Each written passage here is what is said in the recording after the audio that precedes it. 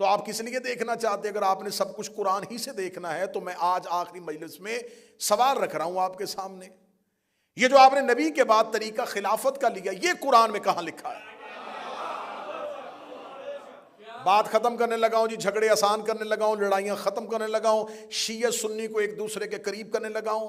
جائیں جا کے مذہب اہل سنت کے بڑے سے بڑے سکولر کو اٹھا لینا، اس کی کتاب اٹھا لینا، اگر زندہ ہے تو اس سے جا کے پوچھ لینا کہ ہمیں بتائیں کہ سنت کسے کہتے ہیں اور بدعت کسے کہتے ہیں۔ اس کا سنت آسان ترین ترجمہ یہ ہے، نبی جو کام کہے اور کرے اس پر عمل کرنا، اسے سنت کہتے ہیں۔ نبی جو زندگی میں کہے اور کرے اس کو کرنا، اسے سنت کہا جائے۔ یہ آسان ترین ترجمہ ہے۔ نبی اپنی زندگی میں جس کام کا حکم دے اور جو کر کے دکھائے اس پر عمل کرنا، اسے سنت کہتے ہیں۔ ہم نے اہل سنت کے علماء سے پوچھا بدعت کسے کہتے ہیں؟ اس کا جو کام نبی نے اپنی زندگی میں نہ کیا ہو اور نبی کے بعد کیا جائے اسے بدعت کہتے ہیں۔ اس کا مطلب سنت وہ جو نبی کہے اور کرے، بدعت وہ جو نبی کے بعد شروع ہو۔ اگر گھر میں بیٹھ کے گالی دینی ہے تیری اپنی مرضی ہے، سوشل میڈیا پہ میرے مذہب کا مذاق اڑانا تیری مرضی ہے، ورنہ حقیقت میں تیری گردن کے اوپر لے کے کھڑا ہو۔ تیرے علماء نے مانا ہے جو نبی کہے اور کرے وہ سنت، جو نبی کی زندگی میں نہ ہو اور بعد میں ہو وہ بدعت ہے۔ پھر تجھے ماننا پڑے گا غدیر نبی کی زندگی میں تھا، سقیفہ نبی کے بعد تھا۔ غدیر سنت ہے، سقیفہ بدعت ہے۔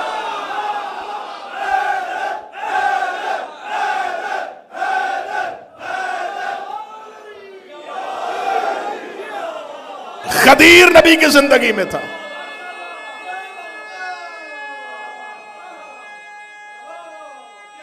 بسم اللہ۔ غدیر نبی کی زندگی میں تھا، سقیفہ نبی کے بعد تھا، اور یہ فیصلہ تیرے علماء کر چکے ہیں، جو زندگی میں کہے اور کر کے دکھائے۔ غدیر میں منہ سے کہہ رہا تھا، ہاتھ پکڑ کے دکھا رہا۔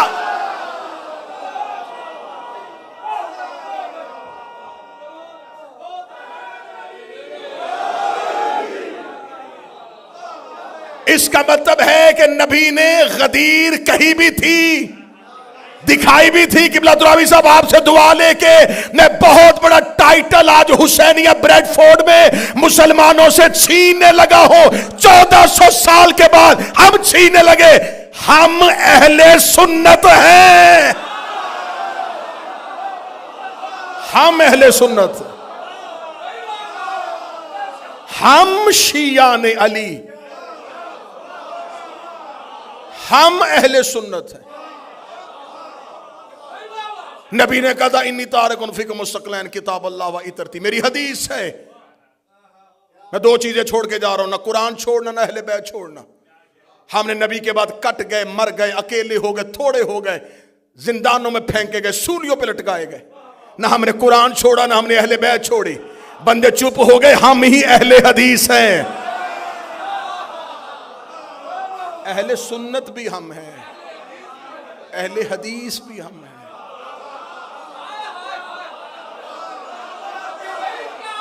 سنت پر بھی عمل ہم نے کیا، حدیث پر بھی عمل ہم نے کیا۔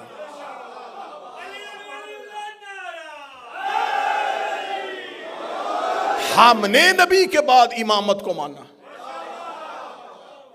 اور وہ ہم نے علی نبی کی حدیث سے لیا ہے۔ جھگڑے ختم کرنے ہیں نا، بات کسی کو تڑپانے کے لیے نہیں، محبت کے ساتھ کرنی ہے۔ جہاں تک میری آواز ہے میں اہل سنت سے کہہ رہا ہوں، رسول اگر غدیر میں حضرت ابو بکر کو مولا بنا دیتے ہم انہیں مان لیتے۔ 4 بندوں نے بے شک کیوں کہا ہے؟ مشکل فیصلہ ہو گیا، مان لیتے رسول نے، کیونکہ قرآن نے کہا جو رسول دے۔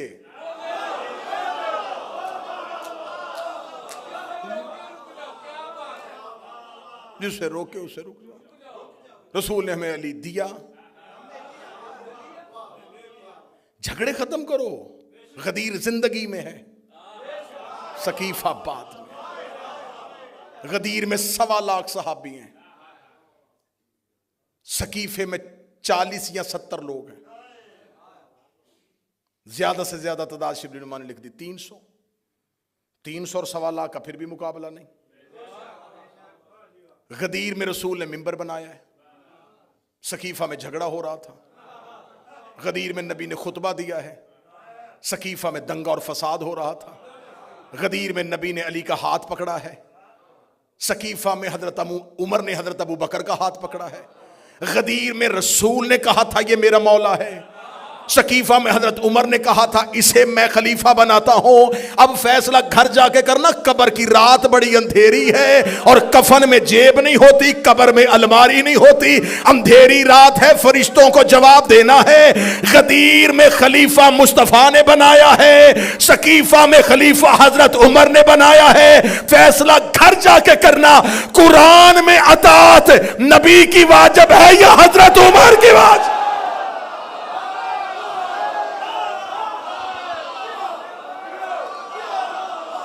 اگر تو قرآن میں اطاعت حضرت عمر کی واجب۔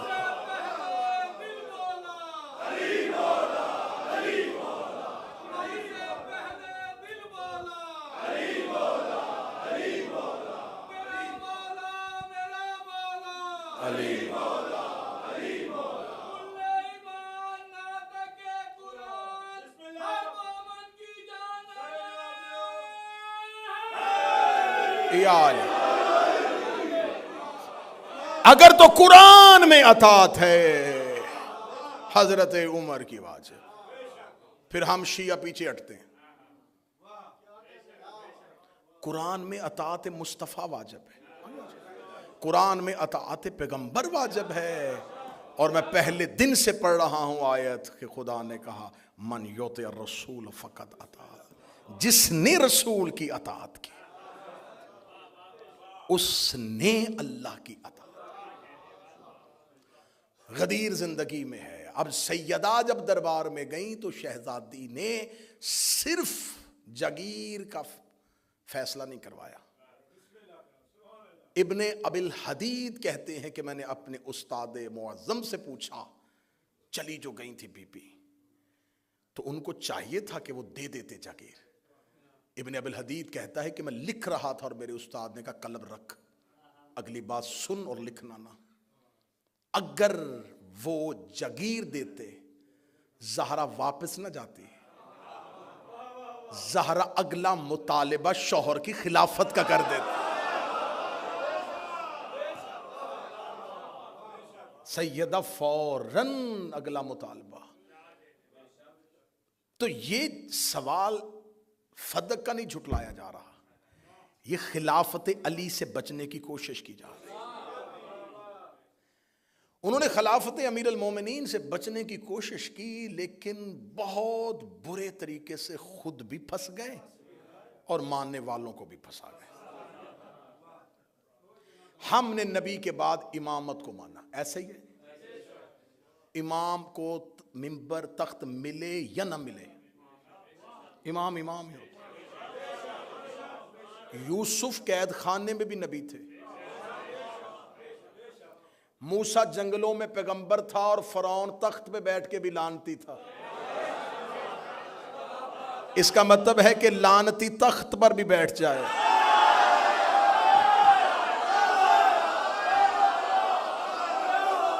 وہ لعنتی ہی رہتا ہے۔ میں نے لعنتی کی بات کی ہے اور میرا مجمع بہت بڑا لکھا ہے، انہیں پتا ہے کہ میں نے لعنتی ہی کی بات کی ہے۔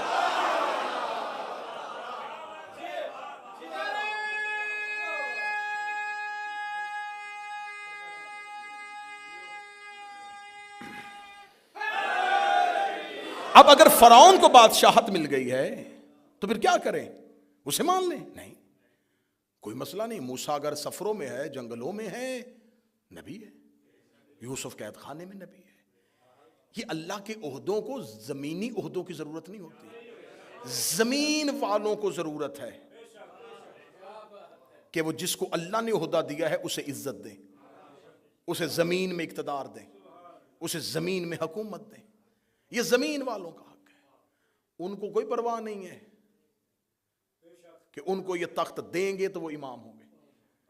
امام میں اور خلیفہ میں کتنا زمین آسمان کا فرق ہے. خلیفہ کی جب بیعت نہیں ہوتی تو گھر سے نکلتا ہے تو وہ عام مسلمان ہوتا ہے, عام انسان ہوتا ہے نا, کیونکہ ابھی بیعت ہی نہیں ہوئی. ممبر پہ آیا, لوگوں نے بیعت کرنی شروع کی تو وہ خلیفہ بن گئے. اس کا مطلب یہ ٹائٹل اس نے نہیں بدلا, لوگوں نے بدلا, کیونکہ خلیفہ بنا ہے لوگوں کی بیعت سے. نہ لوگ بیعت کرتے نہ خلیفہ بنتا. گھر سے نکلا تھا تو ایک عام پبلک تھا, لوگوں نے بیعت کر دی, خلیفہ بن گیا. امام گھر سے نکلے تب بھی امام ہے, اکیلا مسجد میں نماز پڑھ کے واپس چلا جائے پھر بھی. امامت کی ہاں زمینی صورتحال بدلنے سے عزت اور عہدہ نہیں بدلتا. اب فقہ کس نے بتانی تھی؟ امام نے. ہم نے رسول اللہ کے بعد سلسلے کو ٹوٹنے نہیں دیا. رسول کے فوراً بعد ہم نے مولا علی کو مان لیا. مولا علی نے ہم تک فقہ پہنچا دی, مولا کے بعد مولا حسن نے پہنچا دی, اس کے بعد مولا حسین. ہر دور کا امام فقہ پہنچاتا گیا. ادھر فقہ کا کوئی بندوبست نہیں ہے, ادھر صرف بادشاہت ہے, خلافت, پہلا خلیفہ, دوسرا خلیفہ, تیسرا خلیفہ, چوتھا خلیفہ. بعد میں یاد آیا کہ ہمارے پاس تو امام ہے ہی نہیں. میں حقائق پڑھ رہا ہوں. اب آج اہل سنت کے جتنے بھی اسکول آف تھاٹ ہیں, حنفی ہیں, شافعی ہیں, حنبلی ہیں, مالکی ہیں, یہ سارے کے سارے اسکول آف تھاٹس کہتے ہیں کہ جو ہمارا سب سے پرانا بزرگ ہے وہ ابو حنیفہ ہے. یہ سب سے پہلے آئے تھے. یہ جب آئے ہیں اس وقت تک حکومت پہنچتی پہنچتی چوتھے دور کو کراس کرتے ہوئے پانچویں دور کے قریب پہنچ گئی. 4 خلافتوں کا دور گزر گیا اور مسلمانوں کے پاس ابھی تک کوئی فقہ نہیں تھی. تم نے پہلا امام بنایا ابو حنیفہ کو. جب تک وہ امام نہیں بنے تھے تم کس کی فقہ پر عمل کرتے تھے؟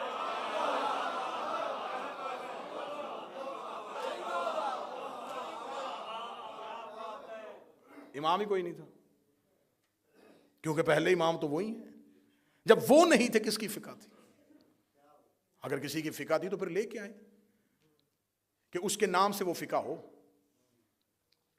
فقہ ابو بکر صدیق, فقہ عمر فاروق نہیں.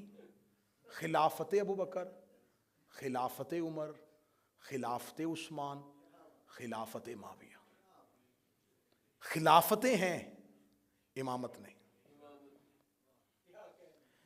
اب رسول نے کہا تھا کہ میرے بعد میرے 12 جانشین. سنیں, انہوں نے کہا نہیں وہ 12 امام نہیں 12 خلیفہ. ٹھیک ہے بناؤ. بناتے گئے بناتے گئے بناتے گئے بناتے گئے بناتے گئے.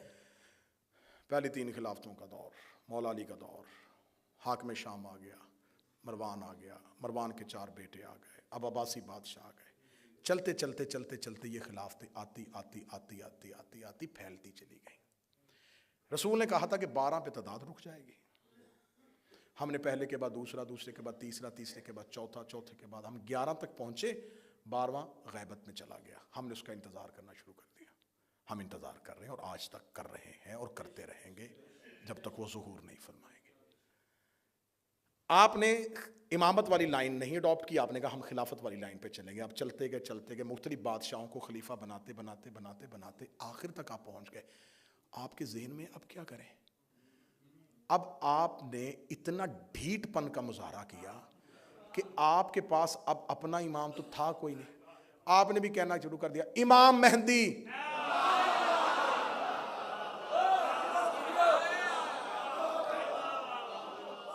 اچھا امام علی نہیں کہا؟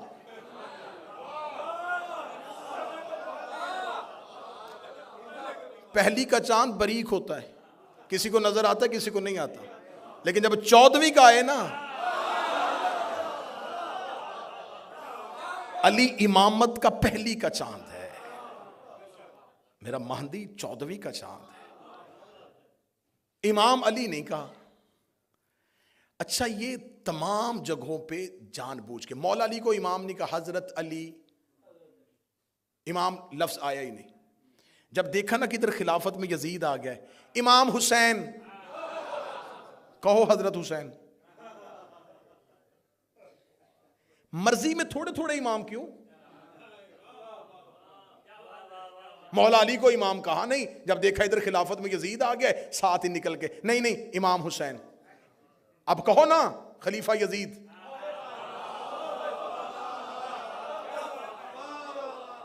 اب خلافت کی لائن سے نکل کے امامت پہ کیوں آ رہے ہو؟ نہیں ہم بھی یزید کو نہیں مانتے. تو کیا کہے گا؟ تو زبان سے نہیں مانتا، تیرا مذہب اسے منوا رہا ہے.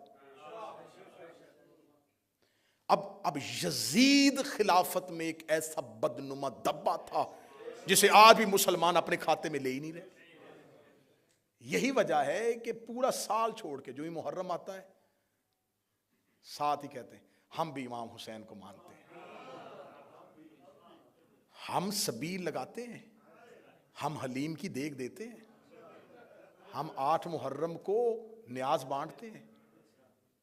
اب امام حسین کے کیمپ میں آنے کی کوشش کی جا رہی ہے کیونکہ اب یزید برداشت نہیں ہو رہا. اب امامت کے کیمپ میں آنے کی کوشش نہیں اب ہم امام حسین کو مانیں گے، ہم بھی امام حسین کو مانتے، ہم بھی امام حسین کو مانتے. اتنی آسانی سے حسین ہم نے بھی نہیں دینا.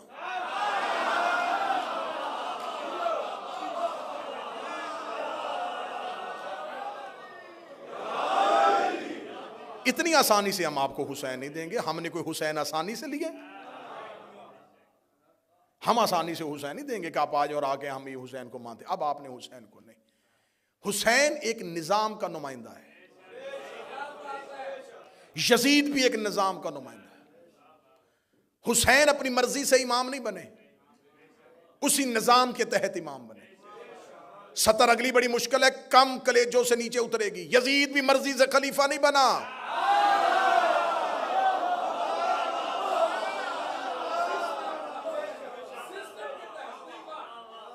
زبردستی آگے بیٹھ گیا. کس نے بنایا تھا؟ ہاں وہ اس کے باپ اس کے لیے وصیت کر کے گئے، آ جاؤ آ جاؤ آ جاؤ آ جاؤ آ جاؤ آ جاؤ. باپ وصیت کر کے کہتے باپ کو کس نے بنایا تھا؟ اس کے لیے تیسرے خلیفہ نے سفارش کی تھی. تیسرا خلیفہ کس نے بنایا تھا؟ وہ جی ان کے لیے دوسرے خلیفہ کمیٹی بنا کے تھے. دوسرا کس نے بنایا تھا؟ اس کے لیے پہلا وصیت کر کے چلا گیا تھا. پہلا کس نے بنایا تھا؟ وہ جی سقیفے میں مسلمانوں نے بنایا تھا. پھر مان جا یزید سقیفے کی پیداوار ہے.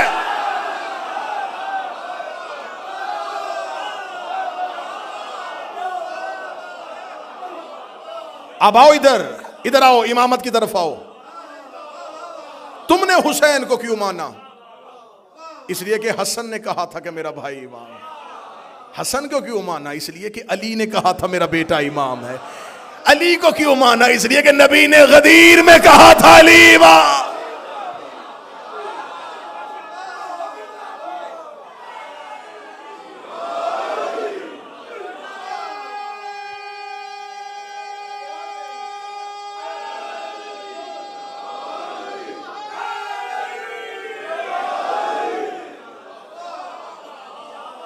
یہ ہے سیدہ کی تحریک.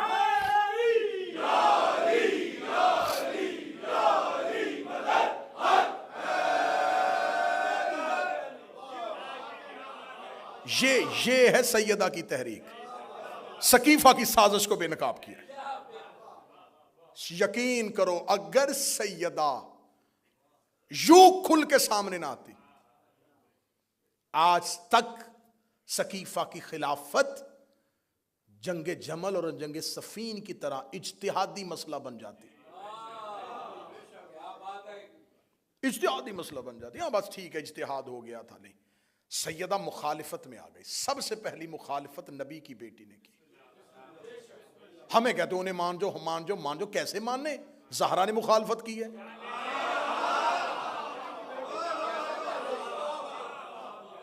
بھئی کیسے تسلیم کر جائے؟ نبی کی بیٹی مخالفت کر رہی ہے،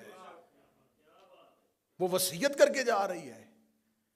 کیا میں ان لوگوں کو اچھا نہیں سمجھتی؟ میں ان کے لیے بد دعا کروں گی. ہم انہیں کیسے تسلیم کر لیں؟ لہذا سیدہ نے اس بہت بڑی سازش کو بے نقاب کیا دیا. غدیر محفوظ ہو گیا, سقیفہ بدنام ہو گیا.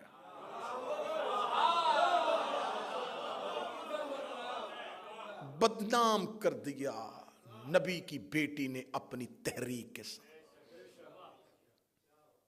اب جب یہ اسلام دو نظام کے تحت چل رہا ہے, ادھر خلافت چل رہی ہے, ادھر امامت چل رہی ہے. خلافت والے اپنی خلافتیں بانٹتے بانٹتے بانٹتے پہنچتے پہنچتے آپس میں جھگڑے, آپس میں اختلافات. امامت مطمئن ہو کے چل رہی ہے. خلیفہ کے بیٹوں میں جھگڑا ہوا ہے. میرے پاس اب وقت نہیں رہا, بھائی نے بھائی قتل کیا ہے,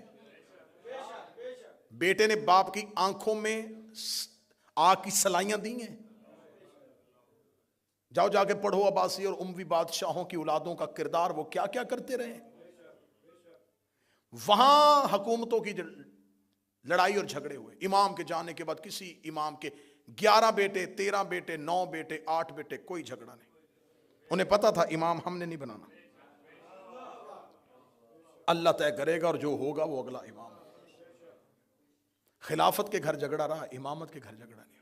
امام مطمئن رہے. انہیں پتا تھا امام کے بیٹوں نے اختلاف نہیں کیا امامت میں کہ مجھے امام بناؤ میں امام بنوں گا, نہیں, وہ مطمئن ہے. وہ کس لیے مطمئن؟ انہیں پتا تھا کہ امام ہم نے نہیں بنانا. جب امام کے بیٹے مل کے امام نہیں بناتے, سر نہ ہلانا, زبان سے بولنا, جب امام کے بیٹے مرضی سے امام نہیں بناتے تو غلام کے بیٹے مرضی سے امام کیسے بناتے؟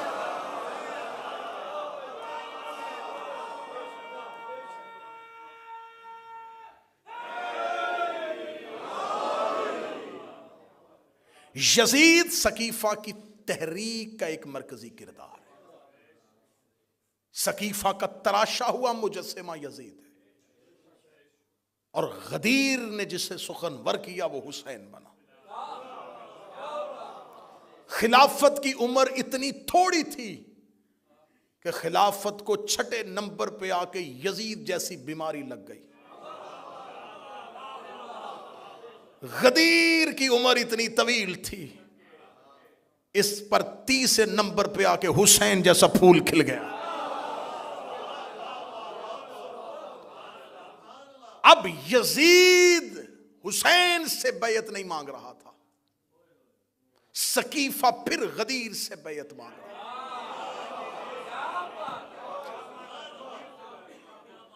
حسین کربلا میں آئے, لشکر نہیں ٹکرا رہے, 2 نظام آپس میں ٹکرا رہے.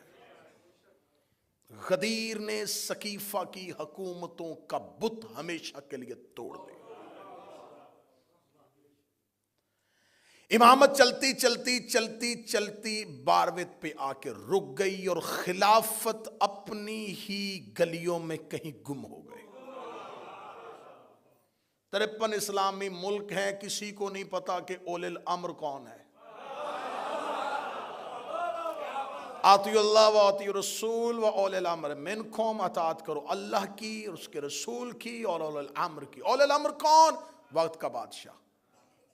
تو اسلامی ممالک تو اسلامی کنٹریز تو بہت زیادہ ہیں. کس ملک کا بادشاہ اولی الامر ہے؟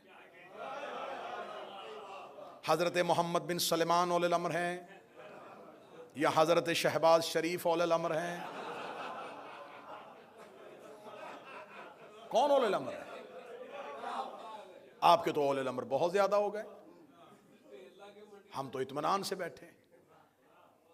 کس سے چھینی تھی؟ نبوت کے بعد عہدہ چھینا تھا نا. اب آ جاؤ, انتظار کرو ایک وقت کا, ہم بھی کر رہے ہیں. اس وقت میں آ جائے گا امامت کا نمائندہ بھی, اور امامت کا نمائندہ جب زمین پہ اترے گا تو ایک نبوت کو بھی زمین پر اتار دیا جائے گا. میں تحریک سیدہ کے آخری جملے پڑھنے لگا ہوں. جب وقت نماز ہوگا تو یہ پہلا جملہ ہے جو امام کے ظہور کے بعد زمین پہ گونجے گا. امام زمین پہ آئیں گے، اذان دے دی جائے گی، اذان دینے کے بعد لوگ صفے باندھ دیں گے، سرکار ولی العصر کے پیچھے نماز با جماعت ہونا شروع ہو جائے گی، یا پچھلی صف میں آ کے عیسیٰ ابن مریم کھڑا ہو جائے گا۔ عین وقت نماز کے موقع پر زہرا کا بیٹا ایک نظر پیچھے مریم کے بیٹے کو دیکھے گا اور دیکھ کے کہے گا تقدم ابن مریم، مریم کا بیٹا آگے بڑھ، مصلی پہ آ۔ عیسیٰ کام کے کہے گا میری جرت ہی کیا ہے، میں زہرا کے بیٹے کو نماز پڑھاؤں، میں زہرا کے بیٹے کو نماز پڑھاؤں، میں زہرا کے بیٹے کو نماز پڑھاؤں۔ اے میرے وقت کا امام، تو فاتح خیبر کا بیٹا ہے، تو حسین جیسے سید الشہداء کا بیٹا ہے، تو زین العابدین جیسے زین العبا کا بیٹا ہے، تو محمد باقر کا بیٹا ہے، تو جعفر صادق کا بیٹا ہے۔ تجھے کہنا چاہیے تھا کہ کیسے ہو سکتا ہے کہ حیدر کرار کا بیٹا پیچھے کھڑا ہو، کیسے ہو سکتا ہے حسین کا بیٹا پیچھے کھڑا ہو۔ یہ کیوں کہا کہ زہرا کا بیٹا آگے کھڑا ہوگا؟ میرا 12واں زمانے میں آ کے پہلا عقیدہ دے گا، اے اپنے عقیدے درست کرو۔ جس زہرا کا آخری بیٹا عیسیٰ جیسے نبی کے پیچھے نہیں پڑتا، اس کا باپ محمد کسی بت پرست کے پیچھے۔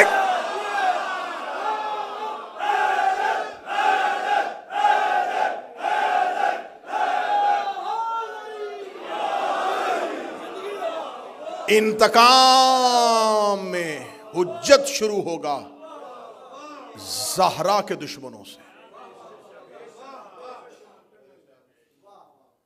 میرا مولا تمہیں اپنی زندگی میں ظہور دکھا دے۔ ہماری آنکھیں بند ہوں تو میرا 12واں آئے، ہمیں قبروں سے اٹھنے کی توفیق دے۔ میرا مولا انتقام ہی زہرا کے دشمنوں سے شروع کرے، قبروں سے نکالے گا۔ روایات مذہب جعفریہ کی چاہو گے میں ممبر پہ دکھانے کے لیے، قبروں سے نکال کے الٹا لٹکائے گا، کہے گا جلاؤ ان کو۔ مذہب اسلام میں میت جلانے کی اجازت نہیں ہے، میرا 12واں کہے گا جلاؤ ان کو۔ میں ان کے بدن سے آگ کے شعلے دیکھنا چاہتا ہوں۔ اے رحمت للعالمین کا بیٹا، کیوں ان کے جسم سے آگ کے شعلے دیکھنا چاہتا ہے؟ رو کے میرا 12واں کہے گا نہیں بھولی مجھے دادی کے دروازے کی۔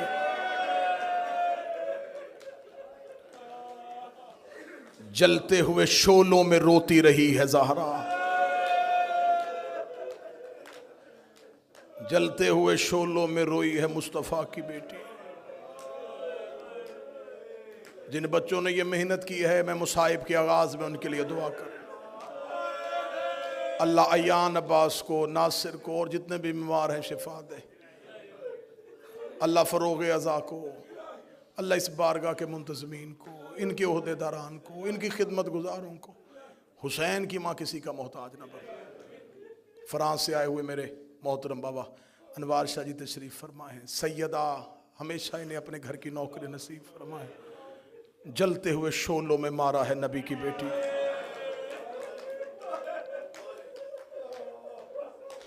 یہ آواز میری یہاں تک نہیں رہے گی، میں بار بار کہہ رہا ہوں، یہ مجلسیں پوری دنیا میں سنی جا رہی ہیں، ہزاروں لوگ ان مجلسوں کو سن رہے ہیں۔ میں تم سب کے عقیدوں کو سلام کرتے ہوئے آواز جہاں پہنچانا چاہتا ہوں وہاں پہنچانے لگا ہوں، تاکہ میں قیامت والے دن نبی کی بیٹی کے سامنے شرمندہ نہ ہوں۔ مسلمانوں، تمہارے مذہب میں اگر چور قرآن پہ ہاتھ رکھ کے قسم دے دے تم اس کی قسم مان لیتے ہو، قاتل قرآن اٹھا لے تو مان لیتے ہو۔ میں مذہب جعفریہ کا ایک ادنا سا طالب علم، حسین کا عزادار، ماتمی حسینیہ بریڈ فورڈ میں بیٹھ کے ممبر پہ مائک پہ دو علموں کے درمیان کھڑے ہو کے کہہ رہا ہوں، مجھے اللہ کی وحدانیت کی قسم، مجھے نبی کی رسالت کی قسم، مجھے زہرا کی عزت کی قسم، مجھے حسن کی عصمت کی قسم، مجھے حسین کی 13 ضربوں کی قسم ہے، میں غلط پڑھوں نبی امت میں سے نہ اٹھائے، علی اپنے پیروکاروں میں سے نہ اٹھائے، حسین اپنے داروں میں سے نہ اٹھائے، میرا حشر قیامت والے دن یہودیوں کے ساتھ کرے۔ اتنی قسمیں اور بددعائیں کوئی نہیں دیتا۔ دو علموں کے درمیان ممبر پہ اتنی قسمیں کھا کے صرف سنیوں کو یقین دلانے لگا ہوں، قتل ہوئی ہے نبی کی بیٹی، طبعی موت نہیں مری، قتل کیا گیا ہے نبی کی بیٹی کو۔ میرا کام تھا قسمیں کھانا، اب جا کے علماء سے پوچھنا کس نے قتل کیا تھا نبی کی بیٹی کو، کون دروازے پہ آ کے مارتا رہا تھا مصطفیٰ کی بیٹی۔ قتل ہوئی ہے پیغمبر کی بیٹی، اور جوان بیٹیوں کے باپ بیٹھے ہو۔ جب زہرا نے دنیا چھوڑی ہے، منتظر شاہ بی بی کی عمر اتنی تھی جتنی کربلا میں حسین کے اکبر کی عمر تھی۔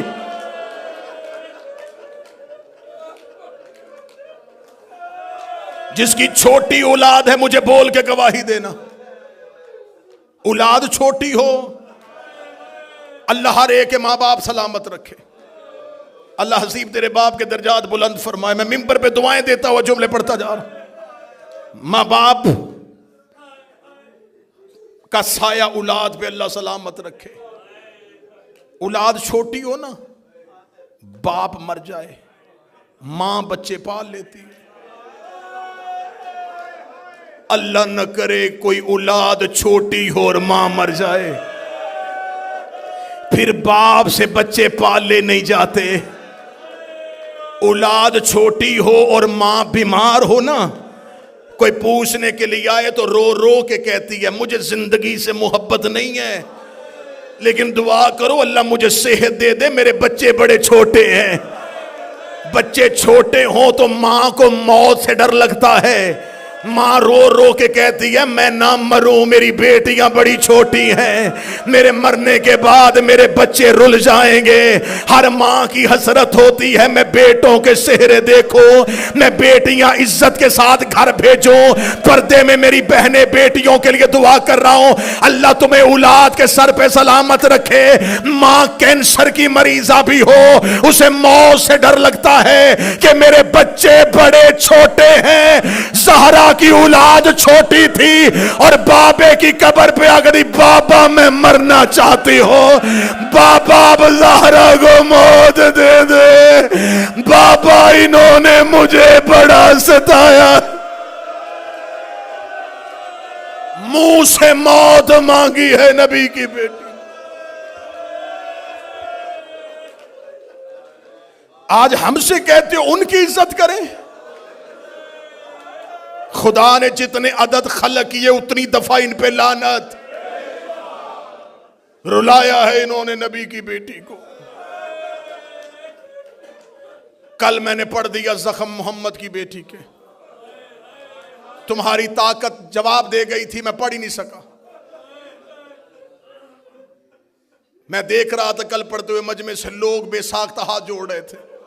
عمران بھائی مجھے خبر ہو گئی، میں علموں کے درمیان کھڑا ہوں، ابھی میں نے پورے زخم نہیں پڑھے، پورے زخم میں نے تمہیں نہیں سنائے۔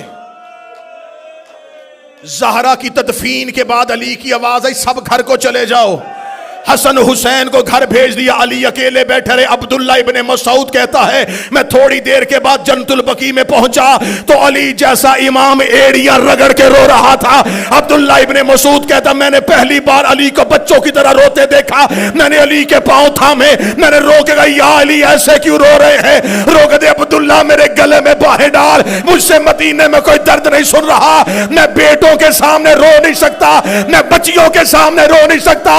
عبداللہ جب میں زہرا کو غسل دے رہا تھا، زہرا کی پسلیاں ٹوٹی ہوئی تھی، زہرا کی پسلیاں شہید ہو چکی تھی۔ کتنی زخمی تھی محمد کی بیٹی، کتنی زخمی تھی محمد کی بیٹی۔ اور شیعو ہم تمہارے ڈر سے نبی کی بیٹی کے درد نہیں پڑتے، برداشت کرو تو سینے پہ ہاتھ رکھنا۔ میں جملہ پڑھوں، دروازہ جلنے سے لے کے شہادت کی رات تک زہرا بیٹوں سے چہرہ چھپاتی رہی،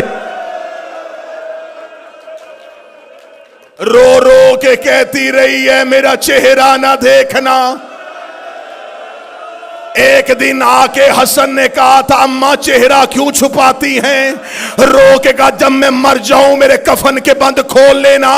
شہادت کی رات حسن ماں کے جنازے پہ آئے، حسن نے بی بی کے کفن کے بند کھولے، حسن نے دروازے سے بابے کی تلوار نکالی، حسین کی آواز آئی حسن کہاں جا رہا ہے؟ رو کے کہا بدلہ لینے جا رہا ہوں۔ رو کے کہا اب کیوں لینے جا رہا ہے؟ کہنے لگا میں نے اماں کا کفن ہٹایا ہے، میری ماں کے چہرے پہ تماچوں کے نشانے، اور جیسے سکینہ زخمی ہوئی تھی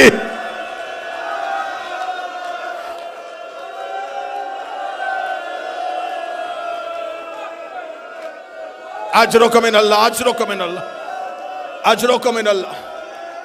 شروع ہے ایام فاطمیہ، 3 جمادی الثانی تک رونا، 3 جمادی الثانی تک رونا۔ پتہ نہیں کس رات دفنایا تھا علی نے، کون سی رات دفن کیا تھا علی۔ میرا مولا قبلہ ترابی صاحب جاتے رہتے ہیں، میرا مولا تمہیں مدینے لے جائے۔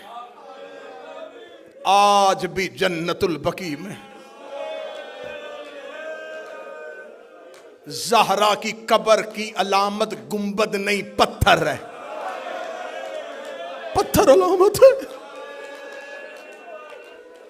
آج امام زادوں کی حرم ہے، زہرا کی قبر علامت گنبد نہیں پتھر۔ مومنین جنت البقیع کے باہر بیٹھے رہتے، فجر کے بعد گیٹ کھلتا ہے، لوگ اندر جاتے ہیں، چھپ چھپ کے زہرا کی قبر کو دیکھتے ہیں، زنجیریں لگی ہوئی ہیں، سپاہی کرسیوں پہ بیٹھے ہوئے ہیں، آنے والوں کا چہرہ دیکھتے ہیں، کوئی رو تو نہیں رہا، کوئی زہرا کی قبر کو دیکھنے تو نہیں رہا۔ سر پہ قرآن رکھ کے بتاؤ، آج اس ملک میں رہتے ہو، عیسائیوں کے قبرستان پہ بھی چلے جاؤ، کسی قبر کے باہر زنجیریں لگی ہوتی ہیں؟ زہرا کی قبر کے بعد لوہے کی زنجیریں ہیں۔ میں جملہ کہوں جو سید بیٹھے معاف کر دینا، آج بھی قید ہے محمد کی بیٹی، یہ قبر نہیں ہے، محمد کی بیٹی کا زندان ہے، زندان میں بند ہے رسول کی بیٹی۔ ایک ایرانی روزہ خان جنت البقیع میں دروازے پہ کھڑا ہوا، نوحہ پڑھ رہا تھا، اس نے نوحے میں فارسی کا شعر پڑھا، اس نے کہا یا رسول اللہ آپ کا ایک بیٹا ایران آیا تھا، کبھی مشہد آ کے دیکھ، ہم نے تیرے بیٹے کا روزہ کتنی محبتوں سے بنایا ہوا ہے، یا رسول اللہ کاش تیری بیٹی ایران آ جاتی، ہم بیٹیوں کے زیور بیچ دیتے، تیری زہرا کی قبر اداس نہ رکھ۔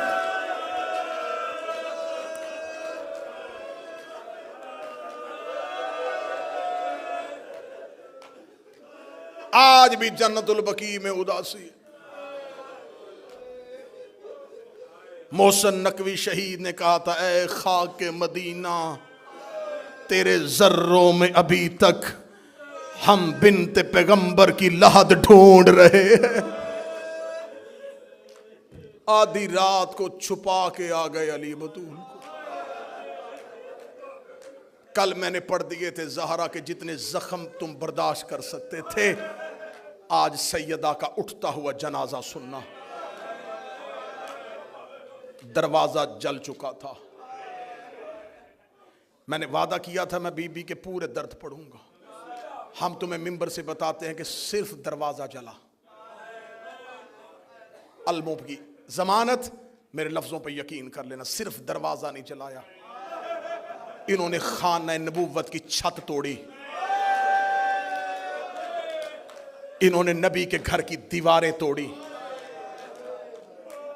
اگر یہ روایت پڑھنی ہو تو دعائے ثنا میں یہ قریش پڑھنا۔ علی محراب میں کہتے تھے اللہ لعنت کرے جنہوں نے خانہ نبوت کی چھت کو پھاڑ ڈالا، جنہوں نے اس کی دیواروں کو منہدم کر دیا، جنہوں نے اس گھر کی چھت کو زمین سے ملا دیا۔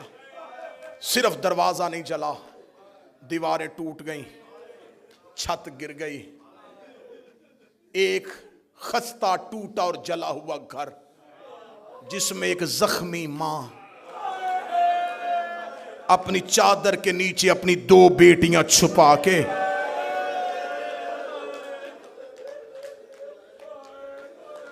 کبھی زخمی پہلو سے زینب کو لگاتی، کبھی زخمی ہاتھ سے حسین کا چہرہ چومتی۔ یہ زہرا کی راتیں نہیں تھی، یہ ایک ایک لمحہ زہرا کی مصیبت کا تھا۔ جب علی کو لے کے یہ مدینے کے بازار میں گئے، کتب معتبرہ کہتی ہیں کہ سیدہ اپنے سر پہ نبی کا کرتا لے کے اور ایک ہے نبی کا امامہ سر پہ رکھ کے زخمی زہرا بازار میں آئی۔ آواز دے گا اگر تم نے علی کے گلے سے رسی نہ نکالی میں سر کے بال کھول کے بددعا کروں گی۔ ادھر بی بی نے اتنا جملہ کہا، یا سلمان محمدی کہتا ہے مسجد نبوی کی دیواریں اٹھنی شروع ہو گئیں۔ مسجد نبوی کی دیواریں اتنی اوپر چلی گئی کہ نیچے سے گھوڑا سوار گزر جاتا تھا۔ مکے کے لوگ کہتے اس دن ہم نے خانہ کعبہ کی دیواروں کو اٹھتے ہوئے دیکھا، اس لیے کہ اللہ جب زمین پر عذاب نازل کرنے لگتا ہے تو اپنی نشانیوں کو اٹھا لیتا ہے۔ جب کعبہ اٹھنا شروع ہوا، مسجد نبوی کی دیواریں اٹھنی شروع ہوئیں، انہوں نے جب یہ حالات دیکھے انہوں نے علی کے گلے سے رسی نکالی۔ زخمی علی پلٹ کے گھر کی طرف گیا، دروازے پہ زہرا سر پہ نبی والا امامہ رکھ کے کھڑی تھی، رو کے کہتی یا علی مجھے معاف کر دینا، میں زندہ تھی تیرے گلے میں رسی آ گئی۔ یا علی میرے بابے کی امت نے تیرا حیا نہیں کیا۔ علی کی آواز آئی زہرا مجھے معاف کر دینا، تیرے بابے کا حکم نہ ہوتا یہاں سے کوئی زندہ نہ جاتا، میں دیکھ رہا تھا تو زخمی ہوتی رہی۔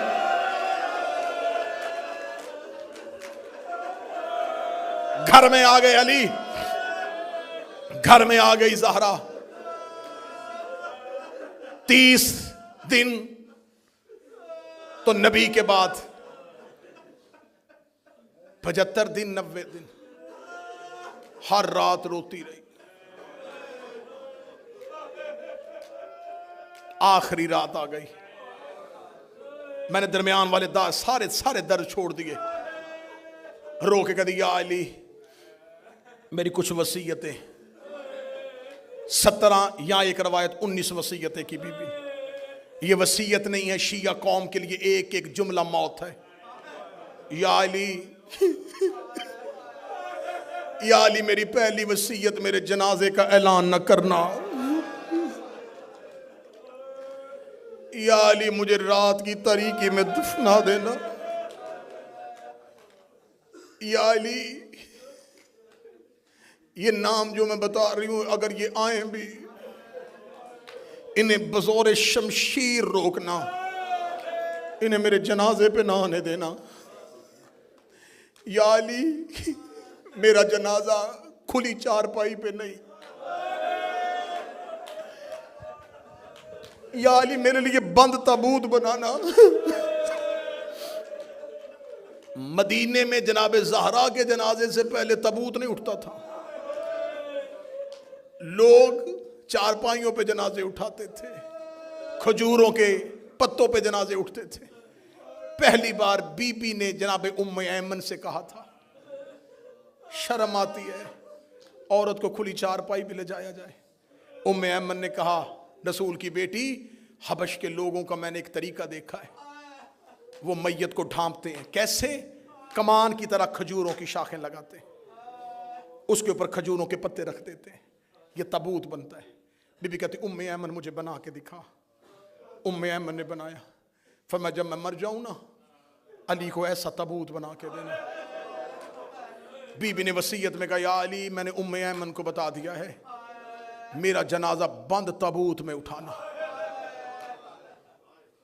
یا علی خاموشی سے میرا جنازہ لے کے چلے جانا۔ یا علی میرے بعد بنی کلابیہ مستور جس کا نام فاطمہ اس سے شادی کرنا۔ یا علی اس کے بطن سے ایک بچہ پیدا ہوگا اس کا نام عباس رکھنا۔ یا علی جب عباس دنیا میں آئے اس کے بازو چوم کے کہنا اماں فاطمہ سلام کہتی تھی۔ یا علی میرے بعد اگر کوئی فدق دے تو میرے عباس کی اولاد کا حصہ رکھ لینا. یا علی میرے حسین کو رات کو پیاس بڑی لگتی ہے، اس کے پانی کا خیال رکھنا. یا علی میری زینب پردے کی بڑی عادی ہے، کوشش کرنا دن کی روشنی میں گھر نہ آنا. زہرا وصیتیں کرتی رہی، علی روتے رہے. زہرا وصیتیں کرتی رہی، علی روتے رہے. بی بی نے علی کو وصیتیں کی، بی بی نے حجرے کا دروازہ بند کیا، مصلی عبادت پہ آ گئی محمد کی بیٹی. ایک روایت کہتی ہے حسنین قبر محمد پہ تھے، ایک کہتی دروازے پہ بیٹھے تھے. یا بی بی کی تسبیح کی آواز رکی، تسبیح کی آواز کا رکنا تھا. اولاد نے دروازہ کھولا، قالوا ان للہ وَإِنَّا إِلَيْهِ رَاجِعُونَ. زہرا دنیا سے جا چکی تھی. علی کے گھر میں جب بچوں کو پتہ چل جائے نا کہ ماں مر گئی ہے، اس گھر میں حالت کیا ہوتی ہے؟ بچے چیخ مار کے روتے ہیں. ادھر زہرا کی آنکھیں بند ہوئی، علی نے بچوں کو سینے سے لگا کر رونا نہ، لوگ اکٹھے ہو جائیں گے. رونا نہ، مسلمان جاگ جائیں گے. انہیں پتا چل جائے گا کہ محمد کی کوئی جگہ خشک رہ جائے. فرمایا کوشش کرو سارا بدن ترو. فرمایا زہرا کا ہاتھ پہلو سے نہیں اٹھنا، سیدہ کا پہلو سے ہاتھ نہیں اٹھ رہا. اللہ جانے کون سا زخم ہے جو چھپا کے چلی گئی ہے. غسل مکمل ہوا. جو سید بیٹھے، جو دل کا مریض ہے بے شک اٹھ کے چلا جائے. اگلے جملے بڑے سخت ہیں. جب کفن کا وقت آیا، علی نے پہلی چادر دی. فضا کی آواز آئی، یا علی چادر اور چاہیے. علی نے دوسری چادر دی. آواز آئی، یا علی چادر اور چاہیے. علی نے تیسری چادر دی. 7 چادریں علی نے ہاتھ میں دی. دیکھے گا فضا چادریں 7 کیوں لے لی ہے؟ رو کے فضا نے پردے سے دونوں ہاتھ علی کے قدموں پہ رکھے. رو کر دی تیری غیرت کی قسم ہے، زہرا کا خون بند نہیں ہو رہا. اتنی زخمی ہے محمد کی بیٹی، اتنے گہرے زخم ہے نبی کی بیٹی. علامہ مجلسی لکھ گئے بہار میں 7 چادروں کا کفن مل گیا. ہو گیا جنازہ تیار. ٹوٹا ہوا گھر، گری ہوئی دیوار، جلا ہوا دروازہ، اس کے اندر ایک حجرہ. اس حجرے میں اس شہزادی کا جنازہ. جنازے پہ 2 بیٹیاں. اس حجرے کی دہلیز پہ 2 بچے. گھر کے مرکزی دروازے پہ قبضہ تلوار پہ پیشانی رکھ کے علی. ایک بار علی مدینے کا بازار دیکھتے، تھوڑی دیر کے بعد حجرے میں آ کے کہتے حسین حسن اٹھو، ماں کا جنازہ اٹھائیں. اگلے 2 پائے حسن اٹھاتے، پچھلے 2 پائے 2 بیٹے اٹھاتے. حجرے سے نکل کے جنازہ صحن میں آتا، علی پھر جنازہ واپس لے جاتے. رو کہتے جنازہ رکھ دو، علی پھر دروازے پہ آ جاتے. پھر مدینے کی گلی کو دیکھتے، پھر جاتے. رو کہتے اٹھا حسن جنازہ، پھر جنازہ اٹھاتے، پھر دروازے پہ آتے. جس بندے نے پوری زندگی کا ماتم لینا ہے، 7 مرتبہ جنازہ دروازے پہ آیا، 7 مرتبہ حجرے میں گیا. حسن کی آواز آئی، بابا جنازہ لے کے باہر کیوں نہیں جا رہے؟ علی کی آواز آئی، حسین کو نہ بتانا مر جائے گا. حسن تو میرے بعد امام ہے اکیلا. حسن کو جا کے دروازے پہ کھڑا کیا. باہر مدینے کے چوک میں لوگ کہہ کے مار کے کہہ رہے تھے، یا علی تو نے ہمارے مردوں کو مارا تھا، ہم نے تیری مستور کو مارا ہے، ہم نے تیری خاتون کو مارا ہے. علی رو کے کہتے مر جائے گا میرا حسین، مر جائے گی میری زائر.